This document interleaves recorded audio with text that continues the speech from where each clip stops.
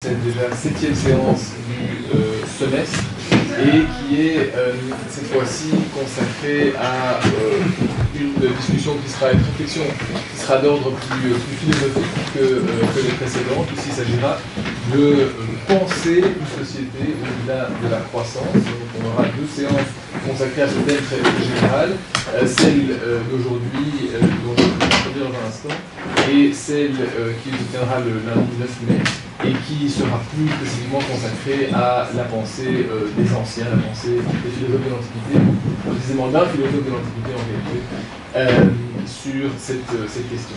Mais aujourd'hui, nous avons le grand plaisir, pour parler de manière plus moderne, disons, et contemporaine de cette question, d'inviter, d'avoir avec nous Dominique Bourg, qui est professeur à l'Université de Lausanne, à la faculté des géosciences et de l'environnement, qui est philosophe, qui a un parcours absolument impressionnant et exemplaire, qui est, depuis le début de sa carrière, je pense, on ne va pas me tromper en disant, vraiment engagé dans la réflexion, dans la pensée, dans une pensée véritablement de l'écologie et de l'environnement, d'abord du développement durable, et puis plus récemment de la décroissance, même si le terme est sans doute porte toujours à controverse.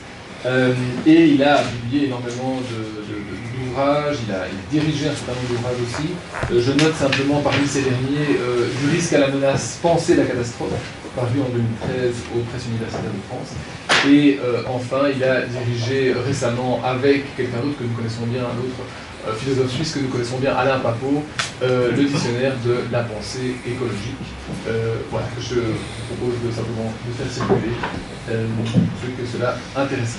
Et alors nous avons pour, je ne vais pas dire pour nous répondre, mais en tout cas pour réagir à ces propos, le plaisir d'avoir avec nous quelqu'un qui est devenu un petit peu un habitué de ces séminaires, et on le remercie d'être là quasiment chaque fois pour non seulement assister, mais aussi nous faire profiter de ces réflexions. Laurent Debry, qui est professeur à la faculté de sciences économiques, sociales et de gestion de l'université de Namur, qui est docteur de l'UCN, et qui travaille, disons, à réfléchir les transformations du rôle de l'État provoquées, je le cite, par la mondialisation aujourd'hui, et qui a publié 2 ouvrages, si je ne m'abuse, le dernier étant Le sens du politique, essai sur l'humanisme démocratique, que je fais également circuler. Voilà. Voilà pour la présentation. Alors sans tarder, je propose de donner directement la place à Dominique Bourg. Vous verrez qu'il nous a transmis des slides, on a imprimé une série, on vous les enverra évidemment après la conférence, désolé de ne pas la conférence. Et vous verrez qu'il a des réflexions vraiment très très intéressantes et j'ai envie de dire, ce qui est très stimulant, là, moi, je n'en sais encore rien à part la lecture des slides, mais ce qui est très stimulant, c'est cette ambition d'essayer d'arriver vraiment avec des propositions relativement concrètes quand même, et de lier ensemble 2 évolutions très importantes que nous connaissons aujourd'hui dans nos sociétés contemporaines. Donc merci déjà, et on est très impatient de vous entendre. Merci à vous. J'ai 25 minutes, hein, je crois, c'est ça? Oui, plus ou moins. Voilà, ok. N'hésitez pas D'accord. à dépasser. D'accord. Alors en fait, je vais reprendre avec vous une obsession qui me tient depuis au moins une dizaine d'années, c'est comment intégrer dans nos systèmes démocratiques la considération du temps long. Le moins qu'on puisse dire, c'est qu'ils n'y sont pas très prédisposés. Alors, je voudrais repartir, si vous voulez, d'un certain nombre de constats. Donc le premier constat, c'est l'écart qu'il y a entre au moins ce qui s'affiche comme une volonté de les prendre en compte, ne serait-ce qu'autour du processus de la COP 21, bientôt la COP 22. Hein, vous vous en souvenez, l'accord de Paris a été salué comme un accord extraordinaire, effectivement, hein, 195 pays plus l'Union européenne, sur des engagements, on va le voir, enfin bon, peu importe. On a ça, on a vécu une sorte de remake à New York il y a quelques jours, avec la signature cette fois-ci de 75 pays, c'est pratiquement tous. Et en même temps, si l'on regarde certains de ces acteurs, force est de constater l'écart entre ce qui se joue sur le plan de la négociation internationale et puis finalement ce qui devrait permettre de la mettre en œuvre, c'est-à-dire les décisions nationales. Prenons d'un côté, on a effectivement une synergie qui a débloqué les choses avec la synergie Chine-USA.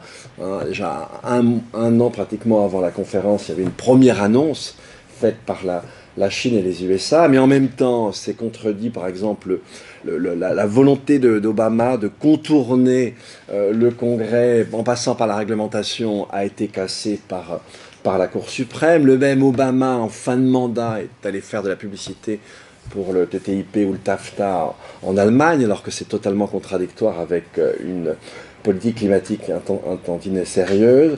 Si vous regardez du côté de la France, alors là, on est presque de l'ordre du gag, étant franco-suisse, je peux vous le dire, mais la France, premier signataire, alors à New York, là, le 22 avril, en même temps, le gouvernement français, très récemment, a bloqué tous les décrets d'application de la loi sur la transition énergétique, donc elle ne sera pas appliquée.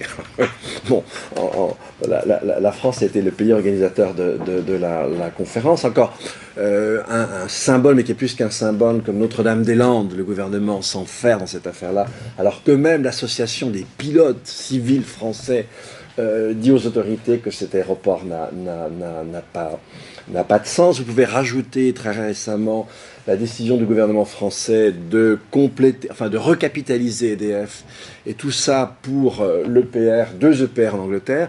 Je vous rappelle que ça fait 15 ans qu'on construit un EPR en Finlande, il ne marche toujours pas, on ne sait pas quand il se mettra à marcher. Il y en a un en construction aussi à Flamanville en France, qui subit évidemment à peu près le même sort. Si vous prenez l'Union européenne, on ne connaît toujours pas la clé de répartition des fameux moins 40% à l'horizon 2030. Et en même temps, on a effectivement un diagnostic climatique qui, quant à lui, s'aggrave. Très récemment, on a réévalué le rôle des nuages. Comme vous savez, c'est un point d'incertitude depuis très très longtemps sur la sensibilité des systèmes climatiques à la variation de la concentration atmosphérique du carbone et de l'équivalent carbone, du dioxyde de carbone et des autres gaz à effet de serre. Et bien là, on pensait que le rôle des nuages était plus ou moins neutre, parce que tout simplement, il comporte des cristaux de glace. On pensait que le côté réfléchissant des rayonnements solaires était plus important que le côté piégeage des infrarouges, et donc le fameux effet de serre. Eh bien non. Et du coup, par exemple, si on avait une augmentation dans l'ancien système, enfin avec les anciennes évaluations, une augmentation de la température en moyenne de 4 degrés à la fin du siècle donnerait une augmentation de la température de 5 degrés 3, évidemment avec la même concentration de CO2. Donc voilà, premier constat, on voit bien que sur ces questions-là, on n'arrive pas vraiment à accrocher le temps. Deuxième constat, de façon très très différente, on est dans un monde très paradoxal. D'un côté, il y a une sorte d'homogénéité très grande, on va trouver les mêmes enseignes partout. Si on vous plonge dans un aéroport, vous aurez bien du mal de dire où vous êtes, dans quel pays vous êtes. Et en même temps, on connaît une fragmentation de société, notamment sur le plan des valeurs, qui est vraiment aujourd'hui inégalée, je dirais, en tout cas depuis l'après-guerre, ce qui donne lieu à une expression par le vote qui est tend à se raréfier. Si je prends un pays comme la France, lorsque quelqu'un est élu avec un peu plus de 50%, en fait, il dispose simplement de moins de 20% de la totalité des suffrages. Bon. Donc, ça devient extrêmement problématique, et on voit bien qu'il y a des cassures dans la société. C'est très très difficile d'arriver à proposer des politiques un tant soit peu communes.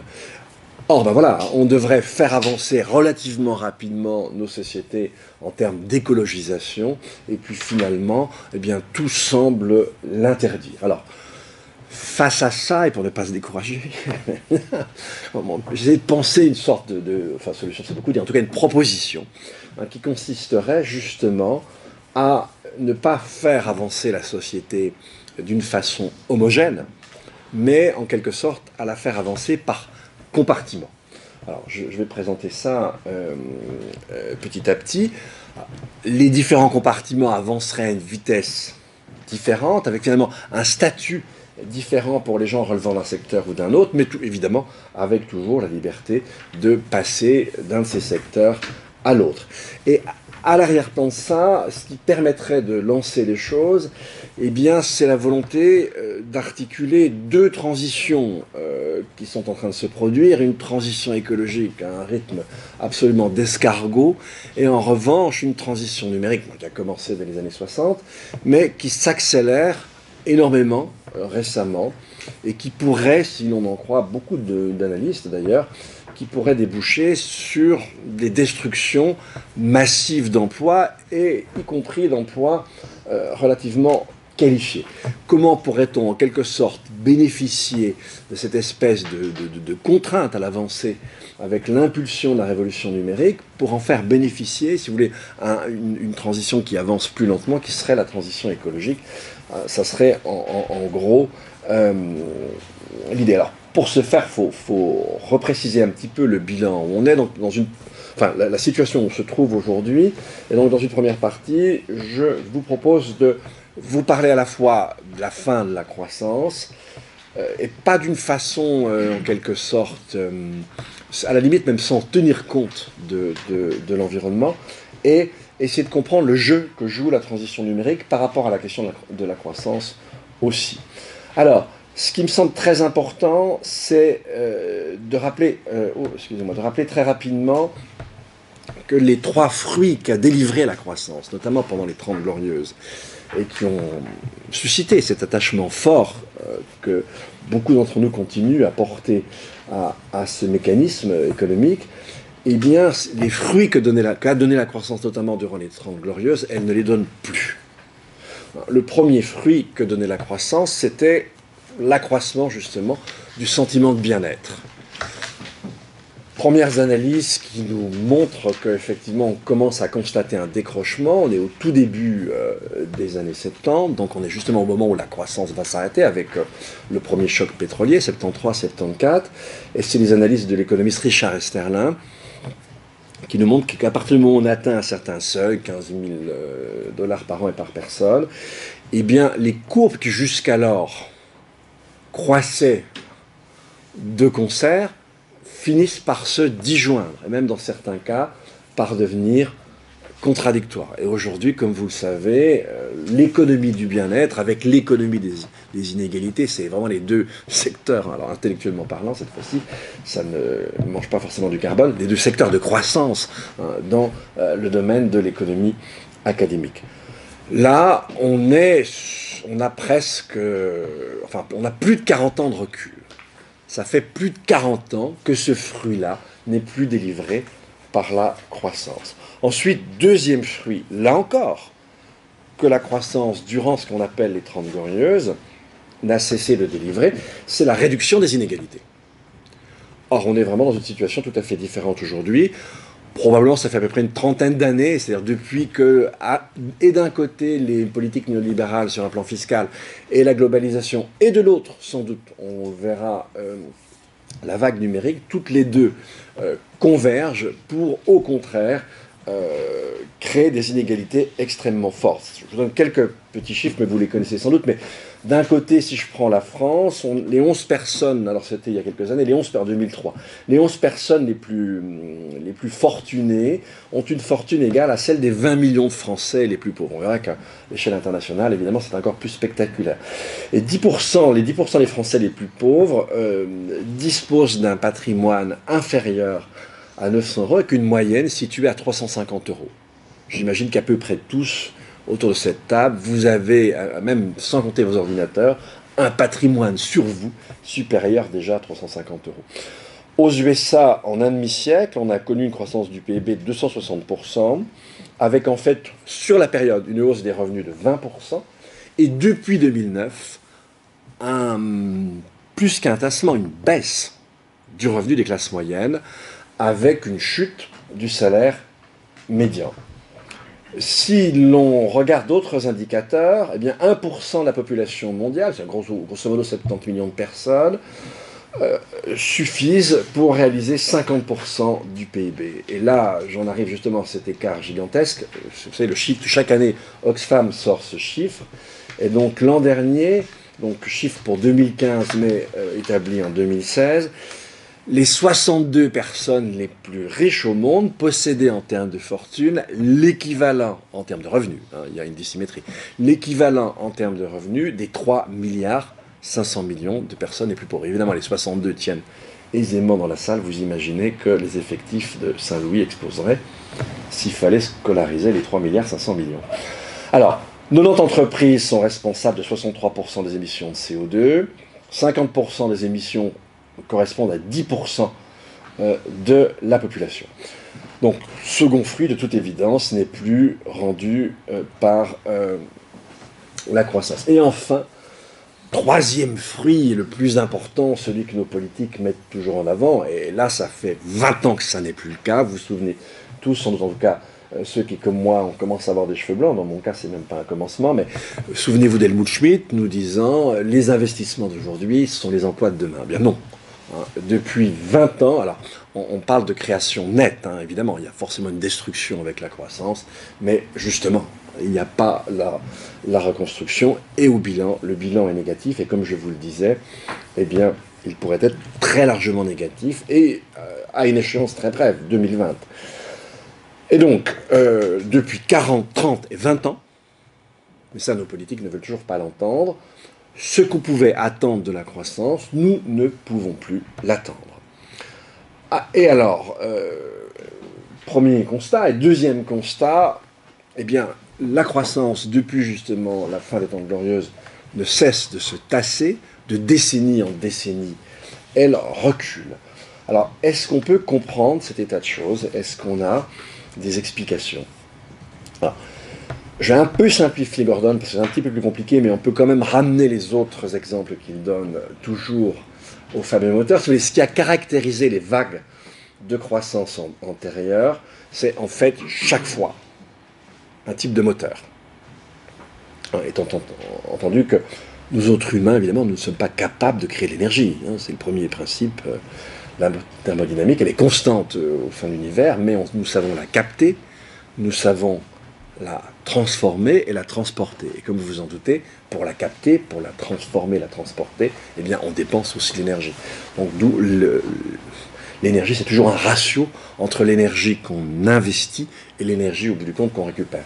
Et donc, chaque génération de moteurs, vapeur, électrique, thermique, a donné un élan, a évidemment permis une création de richesses supplémentaires tout à fait spectaculaire.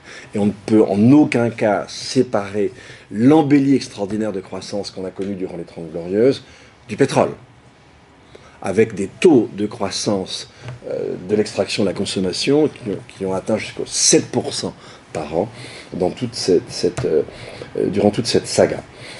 Or, au contraire, aujourd'hui, on peut dire, et on constate ça déjà depuis maintenant quand même quelques décennies, eh bien, en fait, on constate de façon générale une baisse tendancielle du ROI, c'est-à-dire Energy Return on Energy Investment. Autrefois, il suffisait par exemple d'investir un baril pour en extraire 100. Aujourd'hui, même dans les gisements conventionnels, grosso modo, quand on investit un baril, on en retire grosso modo une vingtaine. Et si on se tourne du côté ce qu'on appelle les pétroles non conventionnels, ou alors les gaz non conventionnels, non conventionnels parce que précisément, il faut aller les chercher dans des conditions plus difficiles, donc à un coût énergétique plus élevé. Si vous prenez par exemple les sables bitumineux de l'Alberta, quand vous investissez un baril, vous en retirez entre 4 ou 5, et si vous ajoutez la part d'énergie que vous allez utiliser à transformer, à transporter, c'est grosso modo 3 barils. Donc le solde est vraiment ridicule. Alors il y a des percées, on sait maintenant, on commence à savoir faire des panneaux photovoltaïques avec pas d'argent, pas de métaux rares, on arrive à faire des éoliennes qui mangent moins, des aimants qui mangent moins de dysprosium, etc., de métaux semi-précieux. Mais quand même, la tendance générale est au fait que ce rendement énergétique de la captation de l'énergie, lui, diminue. Alors, évidemment, la question qui vient après, c'est le numérique. Et donc, le numérique date pas d'aujourd'hui, l'introduction du premier robot, c'est 61, mais cela dit, le numérique a franchi très récemment un seuil. Souvenez-vous les propos de gens comme Moravec, etc. Un ordinateur pouvait battre aux échecs Fischer, c'est d'ailleurs une expression stupide, totalement fétichisante. C'est pas l'ordinateur qui bat Fischer, c'est toute l'équipe qui a conçu le programme. Bon, il faudrait peut-être pas quand même l'oublier. Mais bon, enfin pas l'ordinateur, mais un robot qui aurait animé cet ordinateur aurait été incapable de plier une enveloppe, un système expert aurait été incapable de reconnaître un visage, etc. Ah bah non, justement, c'est plus le cas. C'est vraiment plus le cas, et d'où effectivement cette vague qu'on attend. Alors, cela dit, attention, ce qui est extrêmement important à comprendre, c'est qu'on n'est pas du tout sur les vagues antérieures. Si vous voulez, le numérique ne nous nourrit pas, ne nous déplace pas, ne nous abrite pas, ne nous vêt pas, ne produit pas de nourriture, hein, ne produit pas d'énergie. En revanche, ce que permet le numérique, c'est d'optimiser tous les processus traditionnels de production. Là, je vous ai donné un exemple assez simple, c'est la comparaison entre la chaîne hôtelière Hilton, qui emploie au monde 130 000 personnes, avec un chiffre d'affaires de 9 milliards de dollars nord-américains. Alors que vous pouvez mettre en face le groupe Airbnb, qui n'emploie que 500 employés. Alors évidemment, pour le moment, son chiffre d'affaires est d'1 milliard, mais on prévoit déjà son décuplement pour 2020, et sa capitalisation boursière est déjà de 24 milliards. Et donc effectivement, on a affaire à quelque chose d'assez étonnant et qui est en train de prendre une vitesse supérieure. Là, je vous ai fait un petit florilège, je ne vais pas le lire entièrement, mais simplement pour vous donner quelques exemples. J'étais au Japon il n'y a pas très longtemps, mais je l'ai vérifié, c'est que la chanteuse japonaise la plus connue est une chanteuse virtuelle. Alors, vous savez que le Japon, avec l'Europe, c'est la première civilisation des automates. Hein. La grande mode du XVIe siècle au Japon, c'était les automates. Mais bon, je lisais aussi récemment dans une revue patronale que ce qui nous arrive aujourd'hui avec la vague numérique, etc., robotique, était absolument extraordinaire. On pourrait doter les ouvriers d'exosquelettes, on pourrait les faire travailler beaucoup plus longtemps. Bon, vous voyez un peu ce genre de choses, je ne vais pas m'étendre, mais en fait, ça va en général toujours dans le même sens. Alors, le chose la plus gaguesque que j'ai trouvée, c'est de pouvoir effectivement produire son avatar de telle sorte qu'on continue à être productif post-mortem. Là, vous imaginez, c'est le rêve de tout capitaliste, enfin achevé. Donc, ok, laissons tout ça, et alors essayons de voir quelles conséquences cela pourrait avoir en termes d'emploi. On va déjà commencer par le présent, où nous en sommes. Je vous rappelle qu'au sein des pays de l'OCDE, il y a déjà 47 millions de chômeurs, dont 17 millions depuis plus d'1 an. Auquel cas, le fait de retrouver un emploi est très, très, très difficile. Ça, c'est Pierre-Noël Giraud, hein, c'est pas Gaël Giraud. Les USA comptaient en 2012 presque 47 millions de pauvres, dont 23% de working poors, auxquels s'ajoutent 2,4 millions de prisonniers. Vous savez que c'est le pays qui comporte de loin le plus fort taux d'emprisonnement par rapport à la population en général. On atteint des records d'inégalité, ça je vous ai déjà dit, je ne le reprends pas, etc. Tiens, c'est marrant, mais je vous ai mis 2 fois la même chose à 2 endroits différents, désolé. Alors, à quoi pourrait s'attendre, déjà avec ce paysage qui est quand même assez dramatique? Alors, on va trouver des études différentes, mais elles chiffrent toutes la plus raisonnable, enfin la plus raisonnable, ça ne veut rien dire, disons la plus modérée dans ses résultats, pas forcément dans sa méthodologie, et bien du WEF, prévoit 5 millions d'emplois peut-être supprimés dans les 15 principales puissances économiques mondiales d'ici à 2020. Donc en fait 2 millions et 100 000 emplois créés contre 7 millions 100 000 détruits. Mais ce que je trouve très intéressant, c'est la plus célèbre, c'est l'étude qui avait été produite par 2 chercheurs d'Oxford. Et là, je ne donne que la très forte probabilité. Eux parlaient d'ici à 20 ans, là ils pointaient seulement les USA, ils parlaient de 47% avec une probabilité forte. Mais en fait, avec une probabilité plus faible, vous arrivez vraiment à des chiffres plus abracadabrants. Et donc, c'est quelque chose d'assez impressionnant. Alors, petit détour par un livre que j'ai beaucoup aimé, qui est L'homme inutile de Pierre-Noël Giraud. Pierre-Noël Giraud avait publié au début des années 90 un livre assez magnifique, et ça vaut vraiment le coup de le relire aujourd'hui. Ce livre s'appelle L'inégalité du monde. Et il avait prévu assez précisément ce qu'allait impliquer comme conséquence pour les pays de l'OCDE l'avènement de la Chine comme facteur, comme pays majeur en termes de production, associant des compétences scientifiques aiguës avec un potentiel de main-d'œuvre et à bas coût gigantesque. Et il revient avec un livre publié récemment où il parle d'homme inutile.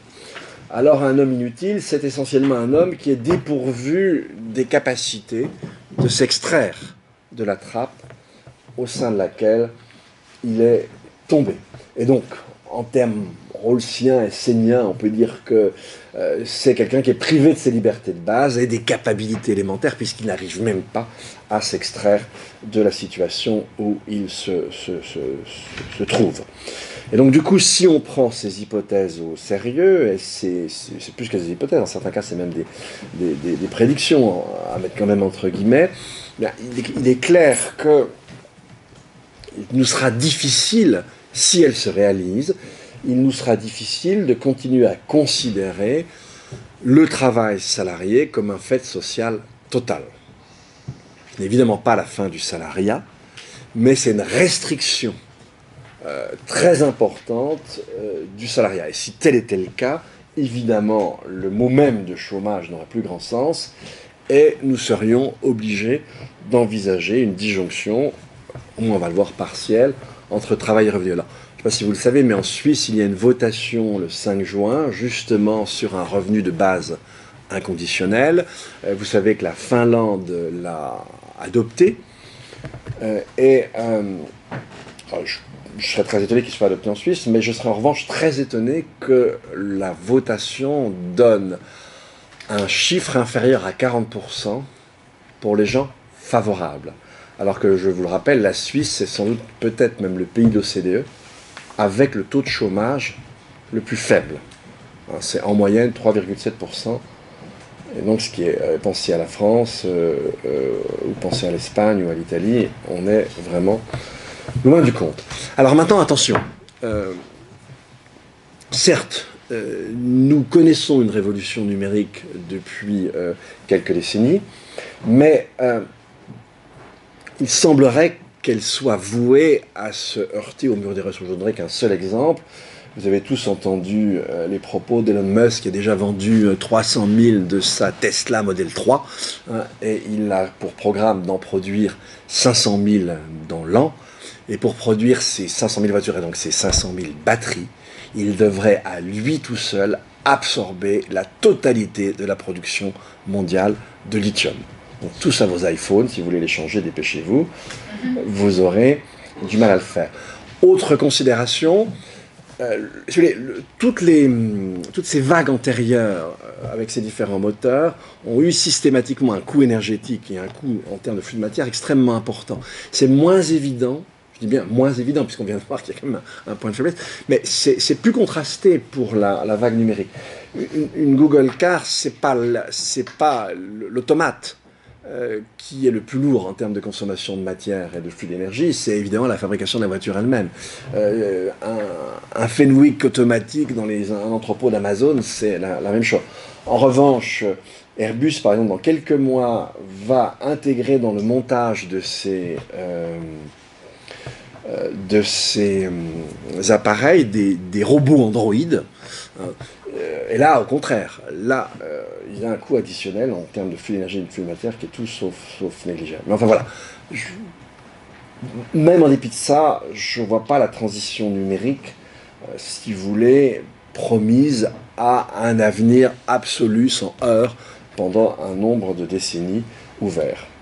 Alors, comment articuler maintenant les deux? Et l'idée, en fait, c'est évidemment d'entamer dans un premier temps une déconnexion entre revenus et activité salariale, mais pour recoupler ensuite revenus et activité. Mais pas la même activité, j'insiste. Alors, l'argument essentiel d'un RBI, c'est effectivement d'éviter la stigmatisation. Alors, je ne trouve pas aussi fort que ça cet argument parce qu'il n'est pas évident que la chose la plus stigmatisante ne soit pas l'inutilité. C'est-à-dire le fait qu'on ne soit pas d'une certaine manière, enfin qu'on n'ait pas un apport évident à la société. Mais on pourra en discuter après. J'en viens surtout, je passe certains contre-arguments.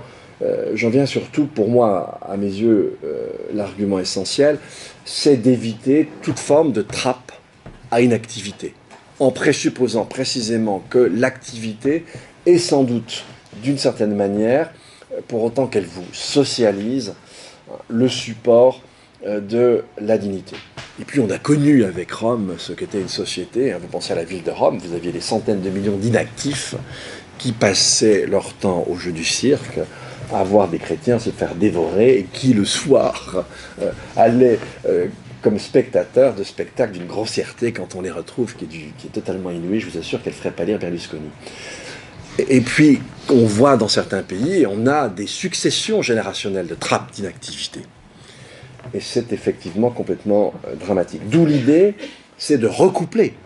Et en fait, en adoptant plutôt quelque chose comme un impôt négatif, ou alors une extension, idée qui est pas mal répandue maintenant, une extension de quelque chose comme le statut des intermittents en France, c'est-à-dire que c'est certaines activités qui conditionnent la réception d'un revenu complémentaire. Et évidemment, tout le problème étant quelles activités. Et là, on va y revenir sous la forme de l'idée, si vous voulez, selon laquelle on aurait en quelque sorte 3 trajectoires ouvertes et possibles pour les individus d'une société.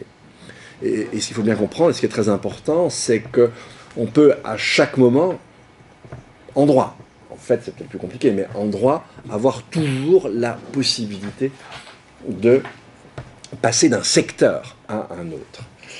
Donc on aurait un premier secteur qui serait celui de l'hyper-compétitivité, je veux dire pourquoi. Donc là, avec une flexibilité plus grande du travail, ça ferait sourire et ravir le patronat français, une assurance sociale privée à la Suisse, je peux alors là vous expliquer par le menu ce que ça signifie, une fiscalité allégée, mais évidemment en espérant que le gain fiscal pour l'État soit quand même plus fort. Un impératif, c'est trouver les incitants adéquats qui permettraient à ce secteur hyper compétitif quand même d'évoluer à un rythme différent, mais d'évoluer vers une forme d'écologisation de la société, donc via la décarbonisation, via l'intégration dans une économie circulaire. C'est donc plus de charger en termes de charge sociale les emplois, mais donc les individus, mais l'activité, la création de richesse, tout en faisant varier la hauteur des taxes en fonction de l'impact écologique de la dite création de richesse, en la comparant à des secteurs analogues. Là aussi, ce qui devrait encourager le retour. Et là, on est vers ce que Pierre-Noël Giraud appelle les emplois nomades. Alors, les emplois nomades, c'est les emplois qui sont pour une bonne part, il donne un seuil de 20%, peu importe, mais qui sont orientés en tant que tels vers le marché mondial, vers l'exportation. Et le propre d'un emploi nomade, c'est de travailler à la fabrication d'objets, plutôt que de services, souvent quand même plutôt des objets, mais ça peut être aussi des services, qui par définition sont ouverts au marché international et qui ne fonctionnent pas sans cette ouverture au marché international. Et donc, là, évidemment, la première caractéristique de ces emplois, c'est qu'ils sont délocalisables, alors que non seulement ils sont très rémunérateurs en termes de richesse, mais en même temps, sans ces emplois-là, il y a toute une partie de la formation qu'on donne à nos étudiants qui ne trouveraient pas de débouchés, notamment dans les domaines de l'ingénierie, mais pas seulement. Évidemment, on pourrait imaginer que ce secteur finance plus directement la recherche, etc. Et il y a vraiment une difficulté à maintenir ces emplois. Dans le livre de Pierre-Noël Giraud, je ne l'ai pas repris là, mais il donne, si vous voulez, les statistiques pour les différents pays de l'OCDE. Même l'Allemagne, vous n'avez aucun pays de l'OCDE où ce qu'il appelle les emplois nomades n'ait régressé. Et parfois, alors par exemple pour la France, c'est vraiment une leçon des ténèbres. Hein. C'est une chute. C'est une chute.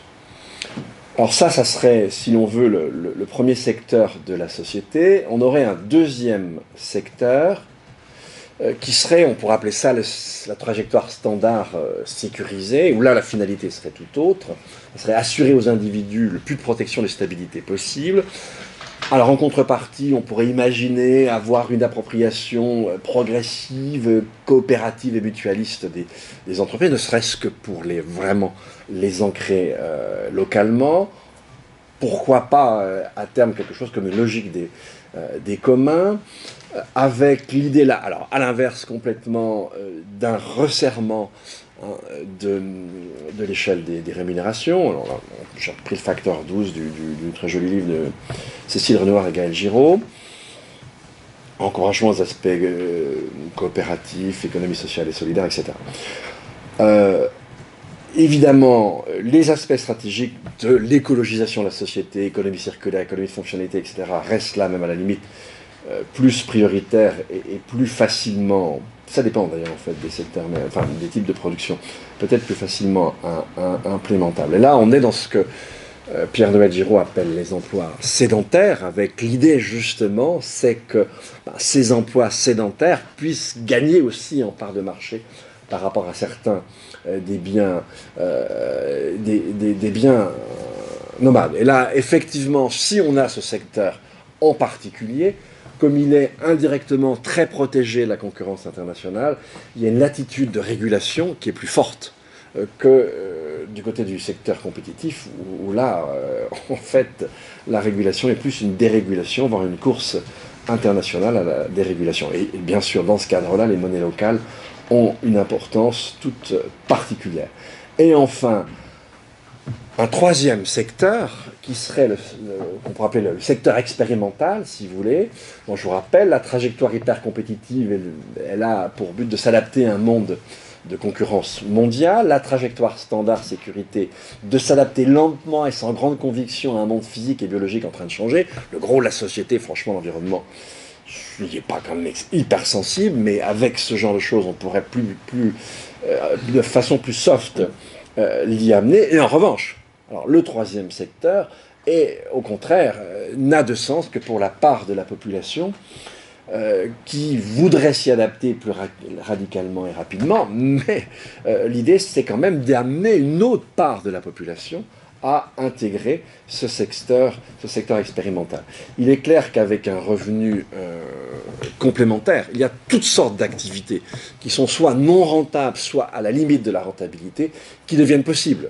Ça va du Fab Lab un peu écolo, de la ferme en permaculture, d'une ferme en agroécologie, ça va avec la production, là, c'est du Philippe Dubic, si vous voulez, de matériaux low-tech, etc., encouragement à l'autoconstruction ou semi-autoconstruction, des activités au bénéfice de la biodiversité, et puis pourquoi pas, là c'est un peu l'allemand piège qui a mis ça en avant, mais un néo-artisanat vraiment aussi lié à cette tradition de low-tech, mais aussi qui peut tout simplement...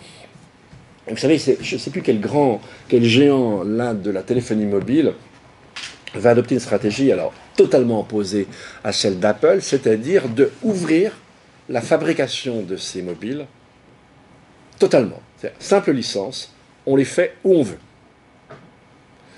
Donc c'est peut-être aussi un modèle qui pourrait à ce moment-là se multiplier.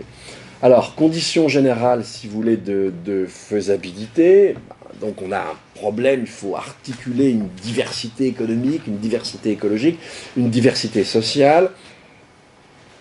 On a évidemment des transferts d'argent qui doivent aller vers le secteur expérimental. Donc je reviens à l'histoire de l'impôt négatif.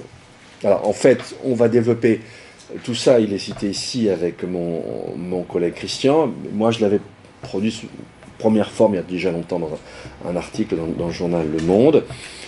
Et on a différents moyens de financer. Je passe tout ça pour passer vraiment aux questions pour les juristes parce que le temps presse. Effectivement, le problème qui se pose avec ce genre de trajectoire, c'est la relation à l'égalité. Même si effectivement on a toujours la possibilité de passer d'un secteur à un autre, en fait les règles sociales ne sont pas les mêmes. Donc comment défendre ça? Alors je ne sais pas si c'est la bonne réponse, mais en tout cas c'est un problème plus large en matière d'environnement. Lorsque l'on a affaire à une interprétation des droits humains de type individualiste, eh bien on peut inverser le jeu et on peut aller jusqu'à une une opposition d'un certain nombre de droits individuels par rapport à la sauvegarde de certains biens communs. Il y a quelques années, les Jeunes Verts à Genève ont essayé de faire passer une initiative pour réduire, pour imposer de caper les émissions des voitures, et Genève, c'est vraiment une des villes au monde où vous trouverez une concentration de 4x4 puissants, hein, la plus importante. Je pense que François ne me contredira pas. Il l'expérimente assez régulièrement. Et là, tous les possesseurs de 4x4 se sont dit, mais c'est contraire aux droits humains. Vous n'avez pas le droit de m'empêcher. Et là, je ne l'ai pas cité, mais vous avez, j'ai oublié son prénom, mais la juriste française Fabre-Magnan, qui, il y a quelques années, avait défendu l'idée d'une réinterprétation des droits humains en fonction de la dignité. C'est-à-dire que ce qui viendrait protéger nos droits, c'est l'appartenance de chacun de nous à l'humanité et la dignité que nous sommes fondés à en retirer. Alors effectivement, marcher à pied sur le pont du Mont Blanc à Genève ou rouler dans une voiture plus modeste n'offense pas la dignité de qui que ce soit. Et je terminerai là-dessus et je vous remercie de votre patience.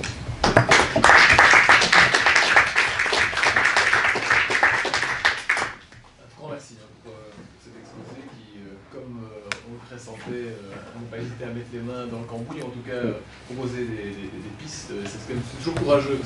Oui, c'est le casse-figure, ça je le sais. C'est un peu effectivement glissant, mais c'était très intéressant. Et puis merci aussi pour l'interpellation aux juristes qui certainement nous fait réfléchir. Mais je passe tout de suite la parole à Laurent pour sa réaction. Merci. Merci beaucoup pour cet exposé qui a rejoint beaucoup de mes préoccupations. Et j'ai notamment pouvoir apprécier l'idée de ces trois trajectoires qui, pour moi, ont fait écho à un travail que j'ai développé il y a quelques années, notamment dans un rôle de conseiller politique, en vue de justement essayer d'identifier les stratégies de création d'emplois. Et je vais y revenir dessus, mais là on était bien donc dans un cadre où on disait qu'il fallait créer l'emploi. Et il y a un hiatus possible par rapport à ce que vous avez dit, ou une question qui est sous-jacente, c'est tout le début, me semble-t-il, de votre exposé part sur la robotisation, sur l'idée que l'emploi se meurt. Et puis finalement, il s'agit quand même de créer de l'activité.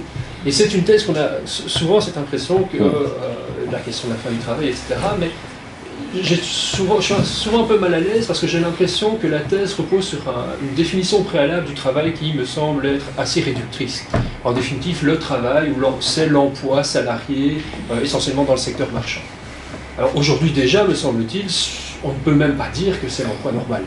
Il y a déjà, aujourd'hui dans nos sociétés, indépendamment de toute transition écologique, il y a déjà énormément d'autres formes d'activité, pour prendre le terme plus générique que vous avez également utilisé, qui sont vécues comme étant de l'emploi, du travail, en tout cas du travail, au même titre que l'emploi salarié marchand.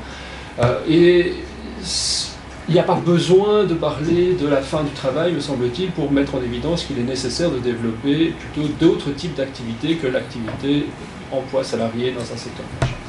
Donc, et d'autant plus que j'aurais tendance à dire, moi, j'ai l'impression que la société d'après-croissance, ce serait une société extrêmement intensive en travail, en activité en tout cas. Et elle le sera extrêmement, elle devrait l'être en tout cas, simplement parce que le travail humain est la première énergie renouvelable. Totalement. C'est la plus simple. Et que si vraiment on veut sortir d'un paradigme de croissance et de productivité, et de croissance de la dépense énergétique, il va falloir compter avant tout sur une chute de la productivité globale qui va devoir être compensée, à la fois sans doute en restreignant la demande, et donc sur le travail, ce sera peut-être aussi pour le thème de l'intervention suivante, du retour aux anciens, sur la modération, j'imagine qu'il y aura des choses comme cela, avec la simplicité volontaire, ce genre de choses. Donc si on a moins de besoins, effectivement, on pourra assumer une chute de la productivité globale, mais quand même aussi en compensant cette chute de la productivité par une augmentation du travail. En tout cas, du travail dans un sens large, une augmentation de l'activité humaine pour quand même créer les conditions de satisfaire à nos besoins de base, d'une part, à nos besoins un peu moins de base, à nos désirs quand même ceux qu'on ne considérera pas comme totalement superflus, parce que je pense que même dans une société de transition, nous continuerons à être des êtres de désir avec une imagination assez débordante dans le domaine. Donc, le premier point, me semble-t-il, et surtout qu'il y a une tension, me semble-t-il, entre l'idée que la robotisation va nettoyer le travail et le coût énergétique. Alors, vous l'avez bien dit, que dans un Google Car, ce qui est le plus énergivore, c'est la création de la voiture, c'est pas le logiciel, etc. Enfin, quand même, si on robotise à peu près tout, ça risque quand même d'être plus énergivore que toutes les activités que nous pouvons faire par nous-mêmes. Donc j'ai l'impression que si on prend en sérieux le défi énergétique, la robotisation n'est pas sans fin. Et en tout cas, il va y avoir une tension entre les deux, et qu'il y aura besoin de compenser notre modération énergétique par une augmentation de l'activité humaine. Et cela me paraît d'autant plus important si on joint l'idée de transition écologique, non plus à la transition numérique, mais à une autre forme de transition qui est un des défis structurants de nos sociétés. Pour moi, un défi qui sera au moins aussi structurant dans le changement social que la question écologique, c'est le défi démographique, lié au vieillissement de la population, qui est la combinaison de l'allongement du temps de la vie et de la baisse de la natalité, qui fait que la combinaison des deux, on a une population qui vieillit. Et dans une population vieillissante, en perte d'autonomie, je pense qu'on va avoir un besoin en termes d'activité dans le secteur de services aux personnes qui va être considérable. Besoin qui déjà aujourd'hui est pourrait être largement rencontré, davantage rencontré, le service aux personnes au sens large. Ici, on pense au service directement aux personnes en perte d'autonomie, mais l'enseignement est également du service aux personnes, et on pourrait certainement investir massivement dans l'enseignement. Donc j'ai l'impression que la source de création d'activité, si on le souhaite, est encore très très large. Donc je n'ai pas peur, en tout cas, et c'est d'ailleurs pas ce que vous avez dit, mais je n'ai pas peur qu'on soit dans une société de l'inutilité. À condition, bien entendu, de savoir comment on va financer ces différents secteurs. Et c'est là que je trouve que votre trilogie me paraît très intéressante, et elle épouse ce que j'avais appelé en son temps trois alliances. Le terme était à la mode, trois alliances pour l'emploi. Alors, on parlait beaucoup d'alliances c'était en 2007-2008, c'était là au moment où la question du défi énergétique était très présente dans le débat politique. Il y avait l'alliance emploi-environnement, et donc on imaginait, et ça correspond, on pourrait dire que ça correspond partiellement à votre secteur expérimental, même s'il n'y a pas que à travers de l'expérimentation, il y aurait également dans le secteur nomade, tout ce qui tournerait autour de l'écologisation de ce secteur nomade, un capitalisme vert, etc. C'est également très très riche. Enfin, toute une création d'emplois qui vise à assurer une meilleure soutenabilité de notre modèle de développement. Il y avait un deuxième secteur qui correspond là très bien à votre premier secteur hyper compétitif, c'est l'alliance emploi-éducation. Donc le développement d'emplois de très haut, ce qui repose sur, vous avez dans une de vos citations, vous parlez d'un QI de 150, je ne sais pas si c'est une question de QI, mais en tout cas un niveau de qualification extrêmement important. Même ceux-là, on parle des médecins par exemple, sont visés par la robotisation aussi. Enfin, ce sont quand même des secteurs qui vont sans doute résister mieux que d'autres à la robotisation. Donc il y avait ce deuxième secteur, et le troisième secteur était justement l'alliance emploi-démographie, le secteur des services aux personnes, qui serait certainement partie très importante de votre deuxième secteur, du secteur protégé. Alors, je pense effectivement que c'est à travers ce type de stratégie qu'il va falloir penser une société qui pour moi reste une société pas si différente en termes d'emploi, mais où les poids relatifs du type d'activité, du type de biens produits, peut-être une société d'après-croissance, une société plus humaine, se concrétiserait par une part plus importante des services aux personnes par rapport à la création de biens de consommation. Ça pourrait être ça, mettre au centre finalement le service direct qu'on apporte à la personne, plutôt que la création de biens de consommation. Donc c'est déjà une manière de penser à une autre forme de modèle de développement. Alors, mais si je pars de cette idée qu'une solution non productiviste sera une société très intense en travail, et que donc il n'y a pas de pénurie en termes de besoins autres que la production industrielle, a-t-on besoin de stratégies comme une réduction collective du temps de travail, ou une allocation universelle, un revenu de base? Alors, ça dépend comment on le présente, semble-t-il. Souvent, l'allocation universelle est présentée comme étant une forme de réduction du temps de travail, mais non planifiée. Mais c'est le même objectif. La réduction collective impose dans l'emploi en tout cas salarié, impose à tout le monde de réduire son temps de travail pour essayer de créer, tandis que nombre de partisans de l'allocation universelle se disent que ça va faire en sorte que toute une série de personnes vont se retirer volontairement du marché du travail, ce qui va libérer de la place pour les autres. Mais voilà, macroéconomiquement, ce sera dans les deux cas une forme de réduction du temps de travail. Ce que vous mettez, et moi je n'y crois pas, je ne crois pas en tout cas que ce soit nécessaire, au contraire je crois bien plutôt que cet objectif est contraire à l'importance des besoins que nous devons rencontrer, tant pour les enjeux démographiques que pour les enjeux de transition.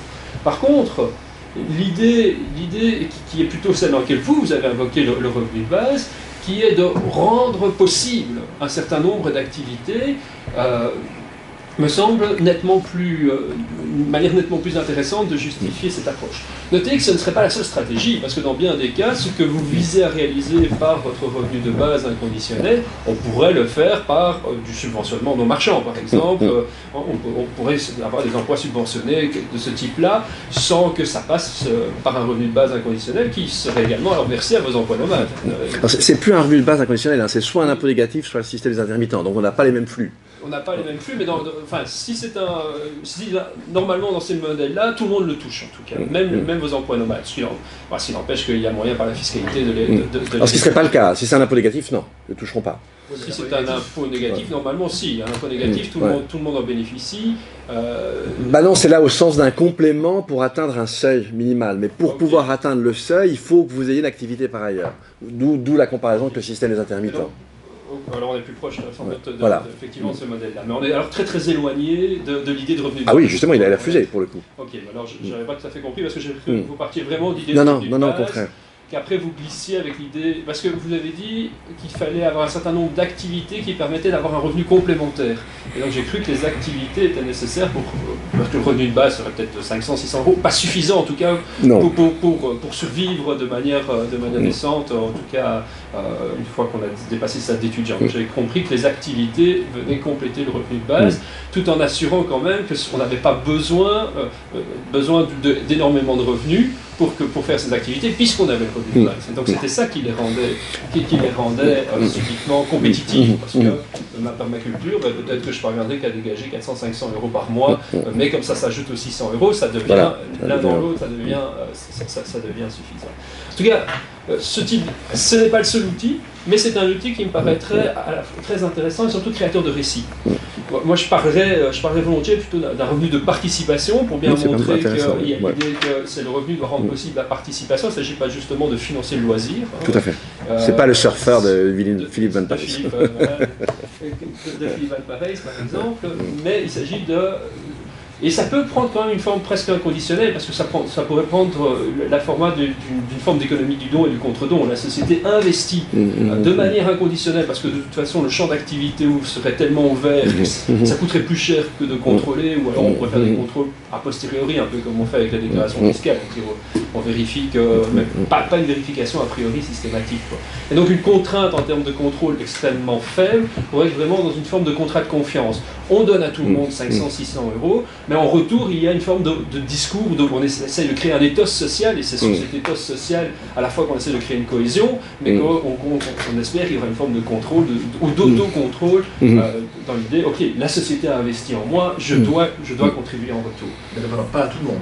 Alors aussi, dans mon schéma, ce serait à tout le monde, mais il peut à tout le monde, mais en fait c'est récupéré, ce qu'on donne d'une main, on récupère de l'autre. Par l'impôt, c'est récupéré par l'impôt. Si c'est fiscalisé, ça veut dire que pour les plus riches, c'est taxé à la tranche marginale la plus haute, on pourrait imaginer être plus haute que 50%, ça pourrait remplacer d'autres choses, ça pourrait doubler d'une fiscalité environnementale par exemple aussi, qui viendrait financer... ça vient couper un certain nombre d'allocations existantes aussi. Donc, en fait, il y a moyen de faire un récit assez innovant, mais qui, dans les faits, ne change pas tellement de choses, parce que par les jeux de va-et-vient, tant qu'on est de l'ordre de 500-600 euros, je pense que c'est moyennant augmentation de la fiscalité indirecte.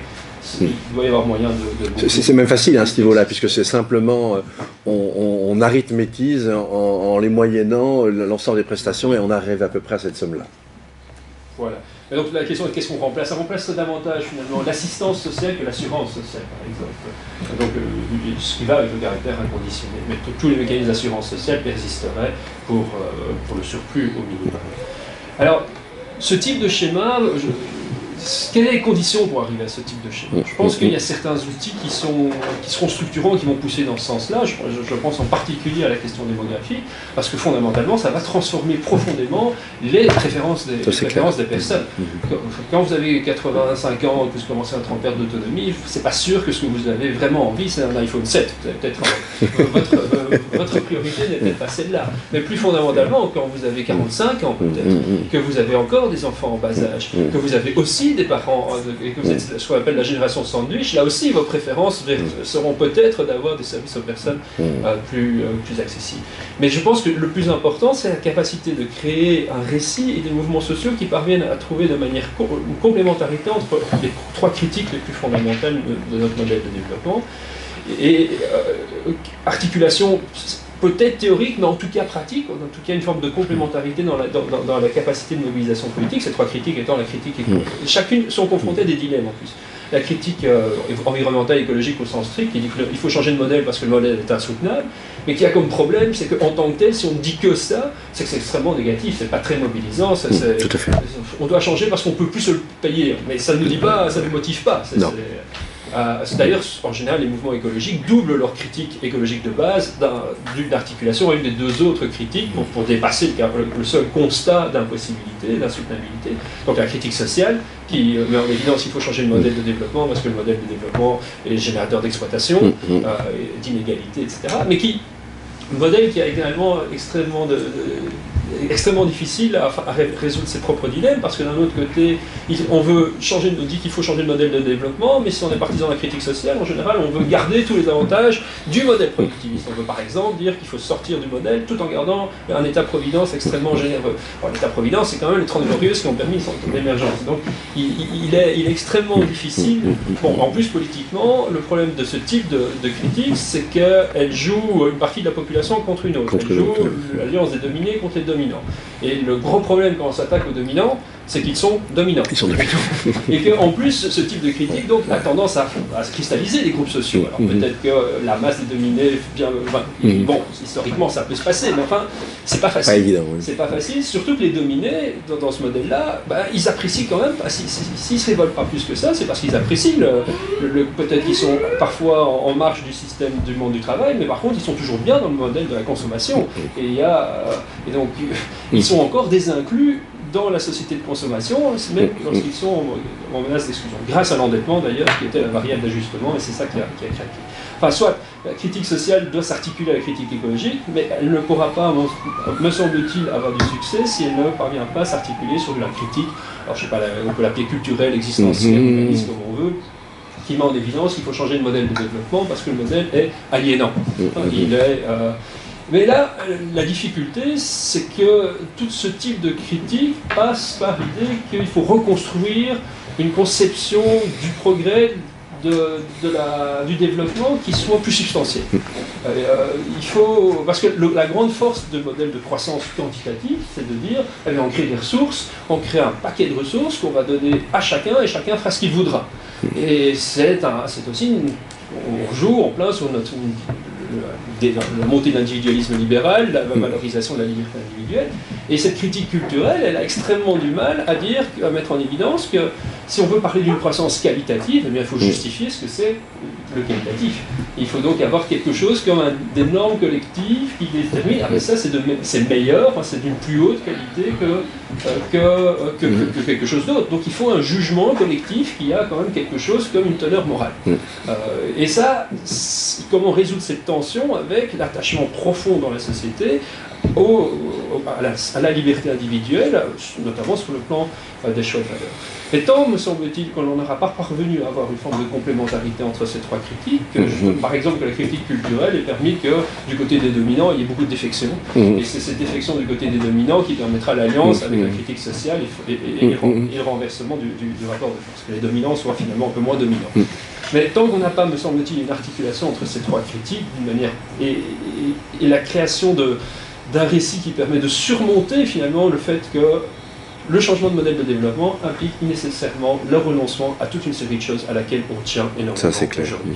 Ce ne sera pas, le fait qu'on n'aura pas que du plus, d'ailleurs. Non, on aura du moins. On aura du moins, on aura beaucoup de moins, et du moins sur des choses auxquelles tout le monde dans la société tient énormément. Alors, si vous permettez, je nuancerai juste sur le tout le monde. Il y a quand même une marge, mais ça n'est qu'une marge. Oui, hein. oui, large majorité. Voilà, large majorité. Alors je termine juste rapidement sur le rôle du droit, puisque c'était une des choses qui nous a été demandée. Je crois que le rôle du droit dans ce contexte est est double.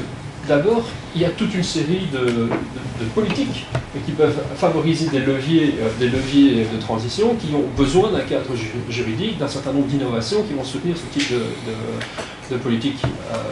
Je pense qu'il y a toute la question du tax shift qui peut paraître un des leviers les plus faciles dans une société telle que la nôtre pour donner des indications. C'est pas suffisant, mais donner des indications en ce sens-là, sur lesquelles il y a un travail juridique d'accompagnement à faire. Mais pourquoi le tax shift? Il ne faut pas oublier qu'à la grosse louche, les recettes publiques représentent un peu moins que 50% du PIB en Belgique. Ça veut dire que 50% des prix sont fixés par la fiscalité.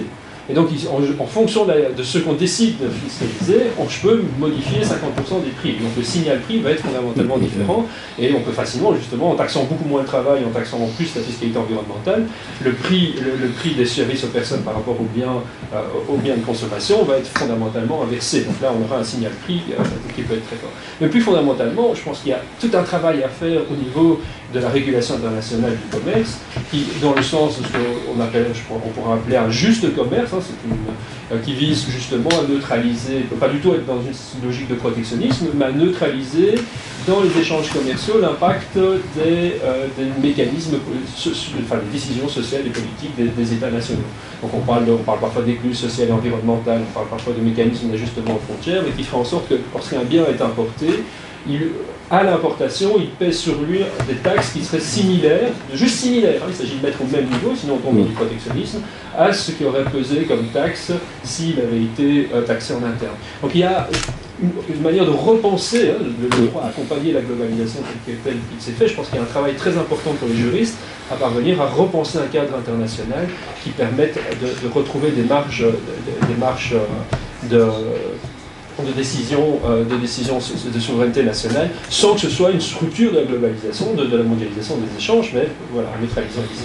Alors, et je termine en disant une deuxième chose, me semble-t-il, où le droit est là moins dans l'accompagnement, c'est un peu le monde des politiques sociales, mais peut-être dans la réflexion même sur la manière dont il se conçoit, peut être innovant, c'est en permettant de développer un cadre sans doute moins positiviste, mais qui favorisera l'expérimentation juridique. Je fais référence à une thèse d'Élise Dermine, notamment que sur la question des politiques d'activation et du droit au travail, qui met en évidence dans une des parties de sa thèse le rôle que pourrait avoir le droit, non plus tant en définissant des normes qui devraient être respectées de manière déterminante, mais davantage des objectifs ou des valeurs qui devraient être visées, qui permettraient de déroger par rapport à une norme supplétive. Si on parvient à justifier que le mécanisme qui a été mis en place et qui ne respecte pas la norme qui n'aurait plus qu'un statut minimal et supplétif, nous permet de mieux le rencontrer, la dérogation serait justifiée. Et donc ce serait une manière aussi de permettre, à travers le droit, d'affirmer plutôt des valeurs en termes d'horizon que s'en tenir à des normes, mais ça pose évidemment un gros problème d'interprétation, de l'innovation et de contextualisation. Est-ce que vraiment le mécanisme proposé répond à l'exigence qui était du principe juridique qui était énoncé, et du coup la question de la légitimité démocratique de ces instances juridiques ou judiciaires qui doivent contrôler les mécanismes qui sont mis en place. Mais peut-être que là aussi il y a l'innovation à avoir, peut-être que ces instances de contrôle pourraient faire place davantage à de la participation citoyenne. Un des thèmes à la mode fut la question du tirage au sort. Plutôt, personnellement, je suis extrêmement sceptique sur l'idée d'un tirage au sort de citoyens pour remplacer une assemblée élective. Par contre, avoir des assemblées de citoyens partiellement tirés au sort qui auraient dans une mission justement de contrôle d'un certain nombre de choses ça peut être intéressant, me semble-t-il. Mais là, enfin, bon, il y a à mon avis un travail d'innovation à faire, à la fois sur le plan des procédures, mais sur le plan même du droit, comment il peut essayer de favoriser des démarches expérimentales, plutôt que d'être dans l'énonciation de normes contraignantes. Voilà, je vous remercie. Merci beaucoup. Merci beaucoup à Laurent, parce que vraiment dans un vrai dialogue là. C'est très intéressant pour moi. Vous passez au même niveau, à un niveau très, très concret, très pragmatique, qui est évidemment très, très utile. Mais voilà, le débat est ouvert.